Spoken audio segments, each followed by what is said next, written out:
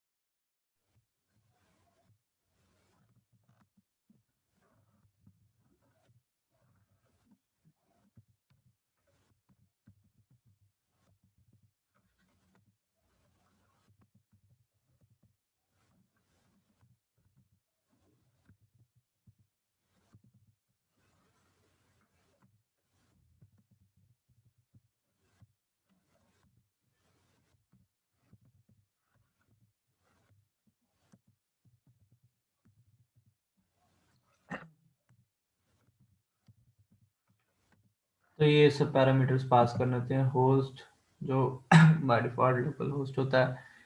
User name और password ये आपके सिस्टम पे डिपेंड करता है, आपके जो माइस्क्ल के यूज़र नेम और पासवर्ड है। डेटाबेस, जिस डेटाबेस पे काम कर रहे हो। उसके बाद चेक करेंगे, जैसे कि मैंने बताया था कि अगर ये जो अभी जो कनेक्शन आपने बनाया है ये कनेक्ट हो भी गया या नहीं हुआ। इज कनेक्टेड फंक्शन है हमारे पास। अगर तो फॉल्स है, अगर वो फॉल्स दे रहा है, बुलियन रिजल्ट देता है या ट्रू या फॉल्स। अगर फॉल्स है तो कुछ नहीं करना, बस स्क्रीन पे दिखा देना है कि error in making connection to MySQL database. ठीक है ना। और अगर कनेक्शन बन गया है तो क्या करेंगे,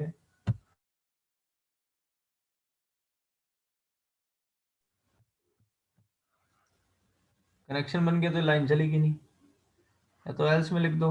एल्स की जरूरत नहीं है वैसे, तो अलग से लिख दो cursor is equal to my connection dot cursor. Cursor क्या करता है, कर्सर एक ऑब्जेक्ट रिटर्न करता है इसको यूज करके हम इंडिविजुअल रोज को फेच कर सकते हैं। सारा का सारा एक साथ नहीं आएगा, हमारे पास कंट्रोल आ जाता है। तो कर्सर पे ही हम क्वेरी को एग्जीक्यूट करते हैं। अब इसके अंदर अपनी माइस्क्ल की क्वेरी लिखी जा सकती है। सिंपल लिख लेते हैं, सिलेक्ट स्टार फ्रॉम स्टूडेंट। अब ये स्टूडेंट क्या है, स्टूडेंट एक टेबल है कहाँ पे, टेस्ट डेटाबेस में। वहाँ से सारे की सारे कॉलम्स और सारी की सारी रोज दे देगा। माइस्क्ल का कोड हमने किसमें लिख दिया, क्या है ये, पाइथन। अब इसके बाद डेटा जितना भी कर्सर डॉट फेच अलग अलग है। फेच ऑल ये फंक्शन है हमारे पास। एक है फेच मैनी, इसमें कितनी लाइंस करनी है बता देते हैं, सॉरी कितनी रोज करनी है। एक और है फेच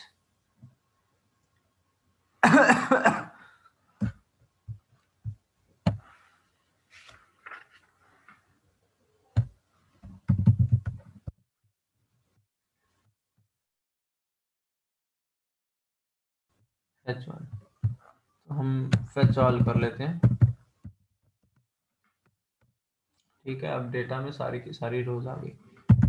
और लूप चलाएंगे डेटा में फॉर रो एन डेटा।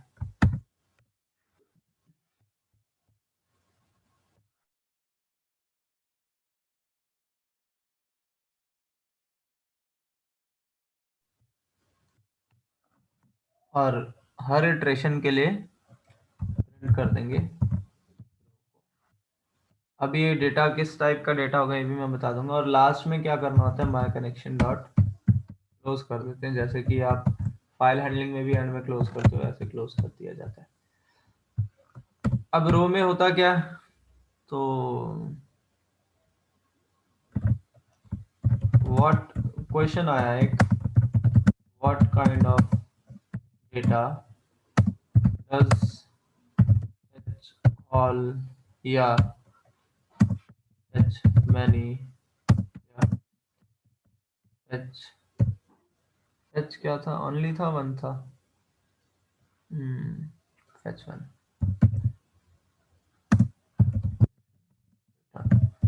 किस तरह का डेटा देते हैं ये तो ये हम डिस्कस कर चुके हैं पहले। ये टपल देते हैं, टपल होती है। उस टपल में क्या होता है, और टपल्स होती हैं, डिपेंड करता है कितनी रो रिटर्न करी है। तो अगर एक ही रो है तो इसमें एक ही होगी, एक कुछ डेटा इस तरीके से कॉलम की वैल्यूज होंगी। अभी डिटेल में नहीं जा रहे क्योंकि ऑलरेडी डिस्कस किया हुआ है। तो उम्मीद है इतना समझ आ गया होगा, ये पुराना ही है। अब आगे नई कहानी उसके बारे में डिस्कस करते हैं। तो ये स्ट्रक्चर तो सेम ही रहेगा। MySQL का कोड अगर पाइथन में लिखना चाहते हो तो सेम स्ट्रक्चर फॉलो होगा।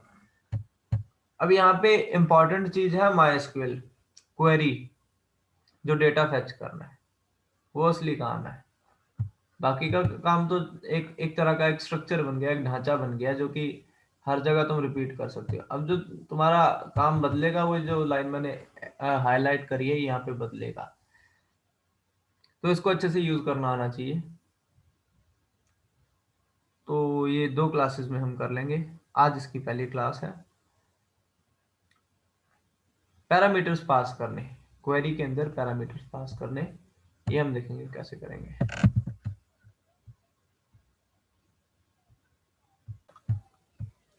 तो अब पैरामीटर्स कैसे देंगे,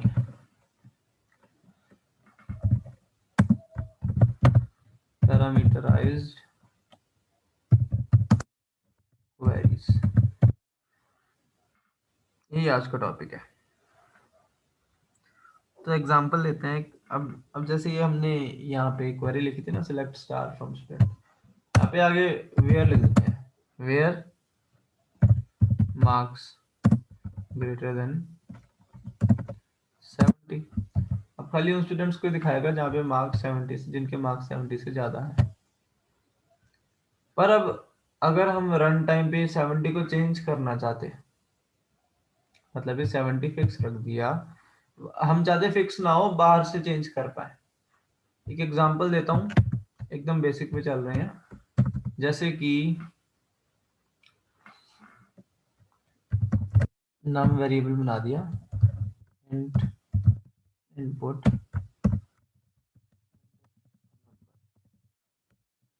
अब यहाँ पे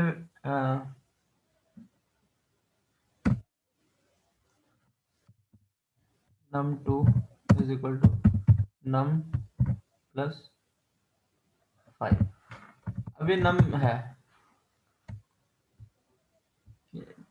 और अभी मेरे दिमाग में ये एग्जांपल आया तो इसी से बताता हूँ। जैसे मैं अगर 5 प्लस 5 करना चाहता, सिंपल 10 आता है इसका आउटपुट, पर मैं चाहता हूँ कि इस 5 की वैल्यू में बार बार चेंज कर पाऊँ, तो यहाँ पे एक वेरिएबल रख दिया।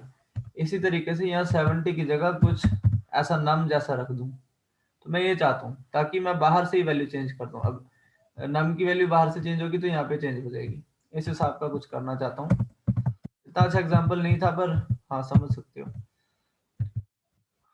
तो ये कैसे करेंगे, पैरामीटर्स कुछ ऐसा, इनपुट इज इक्वल टू 70, और नेक्स्ट लाइन में select star from students या जो भी नाम था student, marks greater than input, ऐसा कुछ करना है अब हमें, ऐसी क्वेरी लिखनी है। अब ये 70 जैसे यहाँ पे फिक्स रखा हुआ है, फिक्स ना रख के यहाँ पे अगर इनपुट में 70 की जगह 80 हो गया तो 80 दे देंगे, 90 हो गया तो यहाँ पे 90 चला जाएगा। तो कितना कंट्रोल आ गया। अब और कंट्रोल की बात करनी है तो यहाँ पे ऐसे ही नंबर एंटर,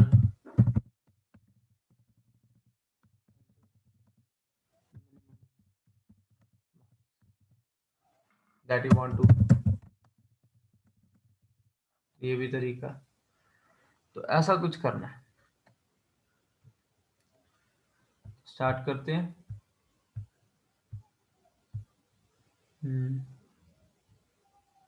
नई फाइल बना लेते हैं, ऐसा करते हैं।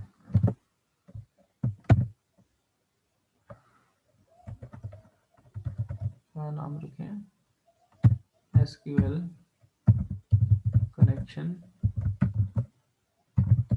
पैरामीटर्स, नाम रख देते हैं फाइल का .py,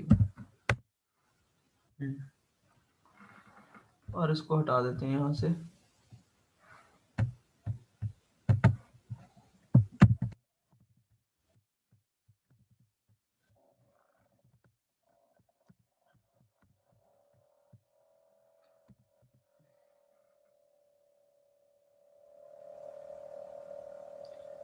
तो अब एक एग्जांपल लेते हैं।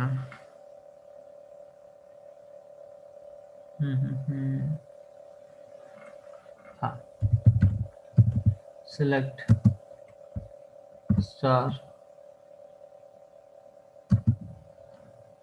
फ्रॉम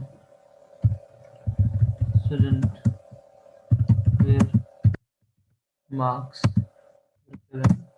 तो यहाँ पे इनपुट ऐसे हम डायरेक्ट में लिख सकते हैं, तरीका है एक लिखने का।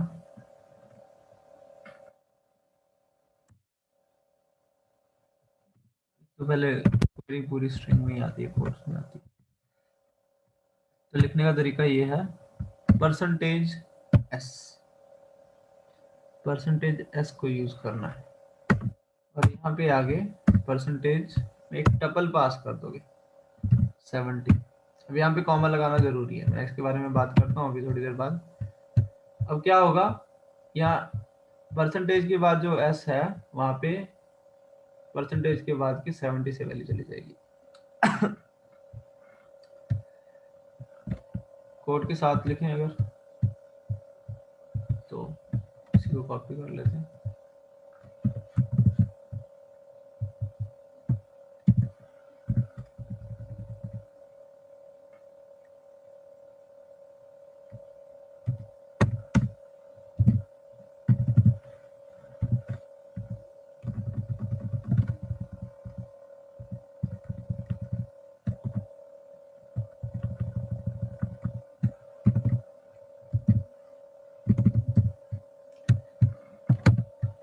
ये देखो, एसटी में मैंने अपनी क्वेरी लिख दी। अब हो क्या रहा है कि जहाँ पे परसेंटेज एस है, परसेंटेज की मदद से काम हो रहा है। अगर डायरेक्ट एस लिखते तो ना होता। परसेंटेज एस जहाँ पे है वो आगे देखेगा, ये स्ट्रिंग खत्म होने के बाद परसेंटेज कहाँ पे है, उस परसेंटेज के अंदर एक टपल दी गई होगी। उस टपल में अभी यहाँ पे एक है, एक से ज्यादा भी हो सकते हैं। ज्यादा वाला एग्जांपल दिखाऊंगा। सपोज ऐसे समझ लो, अभी ऐसा ये एरर देगा, पर अभी ऐसे समझ लेते हैं। तो परसेंटेज के बाद जो टपल का एलिमेंट है उसको यहाँ पे ले जाएगा, एस में आ जाएगा ये 70। तो चेक करेगा 70 से ज्यादा वाले मार्क्स को। अब जरूरी है इसके बाद कॉमा देना, तो सिंटैक्स समझ लो। ऐसा कुछ करके अपना काम हो जाएगा। अब एक और काम देख लेते हैं। अगर हमने मार्क्स एकदम बाहर से देने हैं, मार्क्स इंट इनपुट,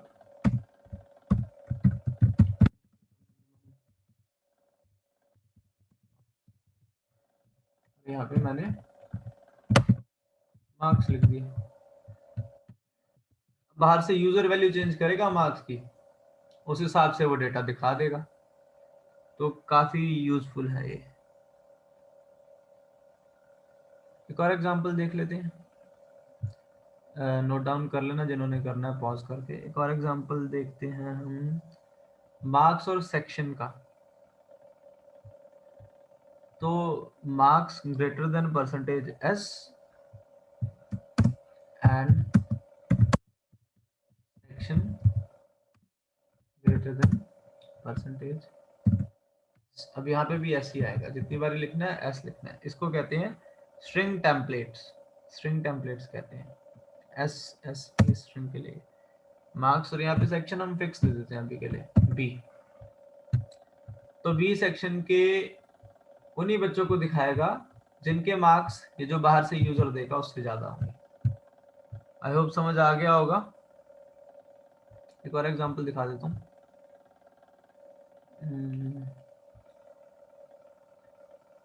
एक और क्वेरी इसके बाद ही दे देते हैं, प्रिंट कराने के बाद।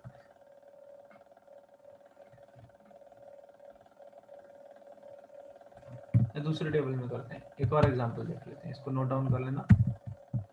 नई फाइल न्यू डॉट